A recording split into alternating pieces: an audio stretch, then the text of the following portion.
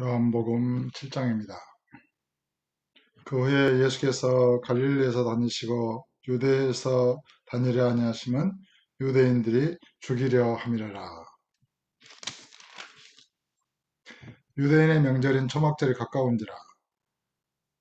이 초막절은 이제 곡식을 다 거두고 이렇게 그런 일주일간 초막에서 지내는 그 절기입니다.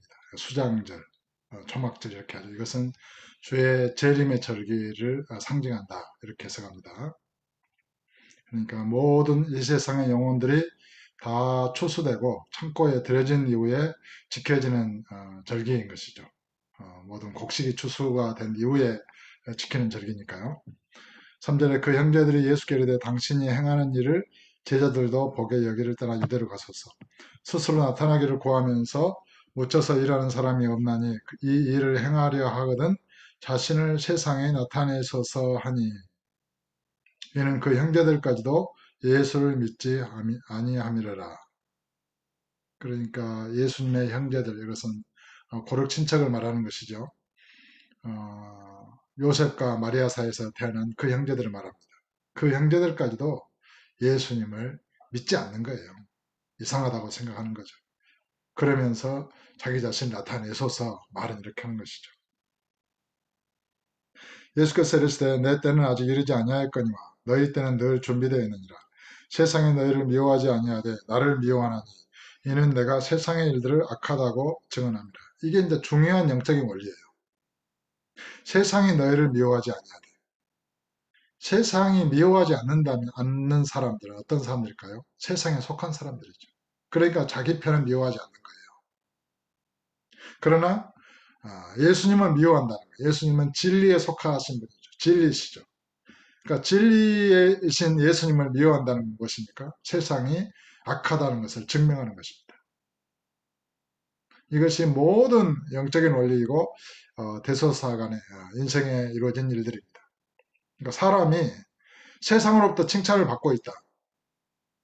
그건 뭐예요? 세상에 속한 사람이라는 것이죠. 세상과 친구가 되고 벗이 되고자 하는 자들은 하나님의 원수가 되는 것을 알지 못합니다.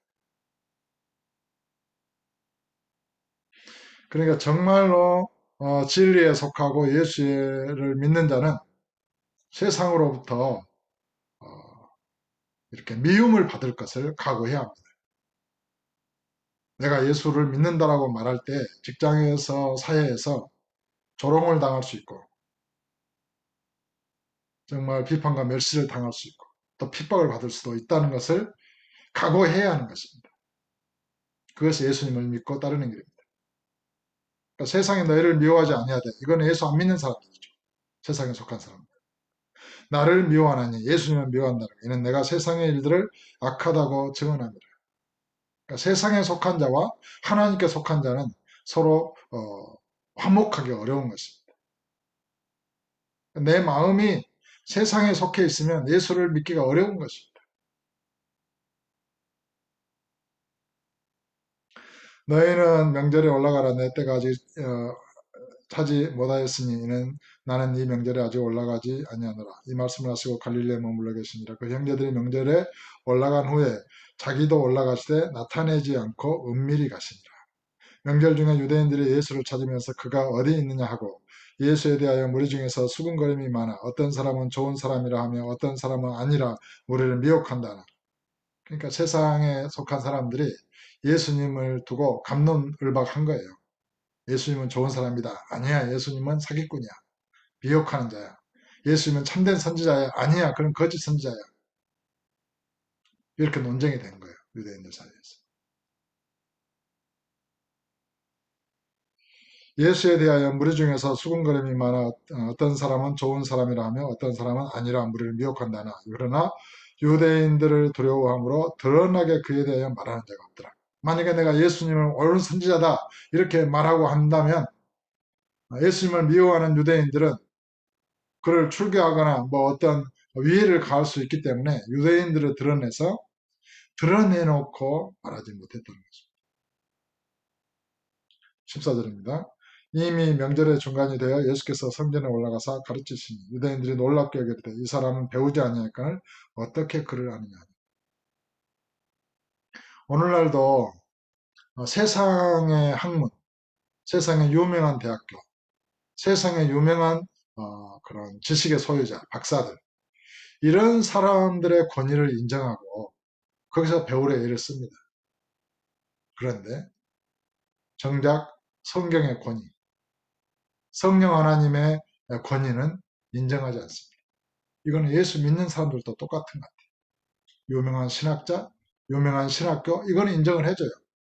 그러나 기록된 성경을 가르치시고 직접 성경을 기록하시고 감동하시고 역사하시는 성령 하나님의 감동과 계시는 그 권위를 인정 안 해요. 어느 신학자가 해석하면 거기에 다 따라가는, 참 희한한 일이죠.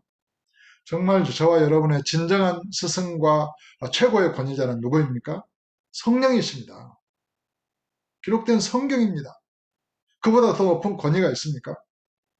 그런데 기록된 성경은 못 믿고 성령을 의지하지 않고 성령의 가르침을 구하지 않고 세상에 속한 유명하다고 하는 목회자들에게 묻고 그들에게 신학자들에게 물어서 그들의 의견을 추종한다는 것입니다. 어리석은 것이죠. 17절에 그러나 예수님은 글을 배우지 아니하였다. 그러나 예수님의 말씀은 최고의 권위인 것이죠. 16절에 예수께서 대답하시되 내 교훈은 내 것이 아니요 나를 보내신 이의 것이니라. 항상 주님이 이 말씀을 하세요. 내 말은 내 말이 아니요 나를 보내신 이의 말이니라. 내 교훈은 내 것이 아니요 나를 보내신 이의 것이니라. 나를 보는 자는 아버지를 보았거늘. 사람이 하나님의 뜻을 행하려 하면 이 교훈이 하나님께로부터 왔는지 내가 스스로 말함인지 알리라. 다 안다는 거예요, 사람이. 진실로 정직한 마음으로 하나님의 뜻을 행하고자 한다면 예수님께서 하신 말씀이 스스로 하는 말인지 아니면 하나님 아버지께로부터 이렇게 하시는 말씀인지 안다는 거예요. 그러니까 우리가 예수님을 믿고 따르고자 할 때 정말 순수한 마음, 정직한 마음, 깨끗한 마음으로 이렇게 주의 말씀을 이해하고 성령을 의지해서 하나님의 선하신 뜻대로 행하고자 한다면 기록된 성경을 다 이해할 수 있게 되는 것입니다. 그렇게 되어 있는 것입니다. 아버지께서 깨닫게 하시지 않겠어요? 정직한 마음으로 아버지의 뜻을 행하고자 할 때. 그런데 자기 속에 어떤 자기의 생각, 자기의 신학, 자기의 사상으로 꽉 차 있는 거예요. 그러면서 하나님 말씀을 대할 때 정말 그 말씀을 인정하지 않고 자기의 생각을 덧붙이거나 그걸 빼는 거예요. 그러니까 하나님의 말씀을 올바로 해석하기 어려운 거죠. 스스로 말하는 자는 자기 영광만 구하되. 이거 스스로 말한다는 것은 무슨 말입니까? 내가 주인 되어서, 내가 생각의 주인 되어서 내가 말하는 거예요. 그런 스스로 말하는 자죠. 저와 여러분도 스스로 말하기가 아주 쉽습니다. 그러나 주님께 의존되어 있는 자는 주님을 의지해서 말하는 것입니다. 주님으로부터 오는 그 생각을 말하는 것입니다. 성령께서 주시는 그 감동으로 말하는 것입니다. 이게 참 어렵지요. 그러니까 예수님은 항상 내 말은 내 말이 아니요 나를 보내신 이의 말이다. 내 교훈은 내 교훈이 아니요 나를 보내신 이의 것이다. 스스로 말씀하지 않으셨어요. 예수님. 그러니까 우리도 앞으로는 스스로 말하는 것을 조심해야 돼요. 내가 주인 되어서 내 생각의 주인 되어서 내가 말하는 것이 아니라 내 안에 그리스도로부터 오는 이것이 주의 뜻이구나. 이것이 성령의 주시는 감동이구나. 그것을 믿음으로 말할 줄 알아야 한다는 것입니다. 이거는 정말 수준 높은 그리스도인의 그런 상태겠죠. 스스로 말하는 자는 자기 영광만 구하되 보내신 이의 영광을 구하는 자는 참되니 그 속에 불의가 없느니라. 모세가 너희에게 율법을 주지 아니하였느냐? 너희 중에 율법을 지키는 자가 없도다. 아니 유대인들 율법과 그런 서기관과 바리새인들은 율법을 열심히 지키고자 하는 자들이잖아요. 그러나 그들은 율법을 지키는 자가 아니에요. 오늘날도 십계명이나 이런 것을 열심히 지키고자 하는 사람들이 있잖아요. 그 사람들은 율법을 무시하는 자들이에요. 희한하죠. 유대인들과 같아요. 왜요? 예수님을 믿는 것이 율법을 완전하게 지키는 거예요. 왜요? 예수님은 율법에 요구하는 저주와 그 죽음을 담당하셨기 때문에 그래요. 그래서 내가 예수를 믿으면 율법에 대해서 죽은 자가 되는 거예요. 그것이 율법을 완전하게 지키는 길이에요. 우리가 율법을 굳게 세우는 길이에요. 그것이. 그리고 예수님을 따라서 율법에 대해서 죽은 자가 돼버리면 율법은 끝나고 맞춰지는 것입니다. 그래서 새로운 생명의 성령의 법으로 살게 되어지는 것입니다. 그런데 내가 율법에 대한 십계명을 지키려고 노력하잖아요.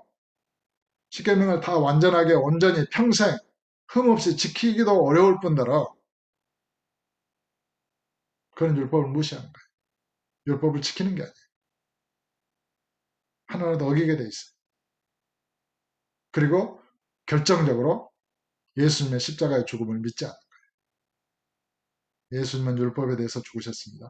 율법의 저주를 담당하시고 죽으셨습니다. 율법이 요구하는 그 죽음을 담당하셨습니다. 근데 예수를 믿는다면서 십계명을 지키려고 한다고요? 그런 율법에 대해서 안 죽은 거잖아요. 그 사람은 그리스도의 십자가의 죽음을 안 믿는 자입니다. 그러므로 부활의 생명의 능력으로 살 수 없습니다. 그러므로 세상과 죄와 마귀를 이길 수 없습니다. 그래서 오늘날 많은 그리스도인들이라고 하는 사람들이 세상에 넘어지는 거예요. 세상이 더 커 보이는 거예요. 세상에 속한 자들이에요. 얼마나 참 그리스도에게 속한 자라고 말하면서 마음의 절반 이상이 세상에 속해 있다면 어떻게 되겠어요? 비극적인 일이 거기서 발생하는 것입니다. 너희가 모세가 너희에게 율법을 주지 아니하였느냐? 너희 중에 율법을 지키는 자가 없도다. 너희가 어찌하여 나를 죽이려 하느냐? 예수님은 이 유대인들이 자기를 죽이라는 것을 아셨어요. 무리가 대답하되 당신은 귀신이 들렸도다. 누가 당신을 죽이려 하나이까? 이건 거짓말이죠. 예수께서 대답하시되 내가 한 가지를 행하면 너희가 다 이로 말미암아 이상히 여기는다. 모세가 너희에게 할례를 행했으니 그런 할례는 모세에게서 난 것이 아니요 조상들에게서 난 것이라. 그러므로 너희가 안식일에도 사람에게 할례를 행하느니라. 모세의 율법을 범하지 아니하려고 사람이 안식일에도 할례를 받는 일이 있거든. 내가 안식일에 사람의 전신을 건전하게 한 것으로 너희가 내게 노여하느냐.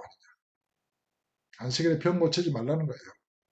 그러나 예수님은 굳이 안식일에 병을 고치세요. 그러면서 유대인들에게 미움을 받으세요. 그러면서 이 모세 율법을 지키려고 안식일에 할례를 행하거든.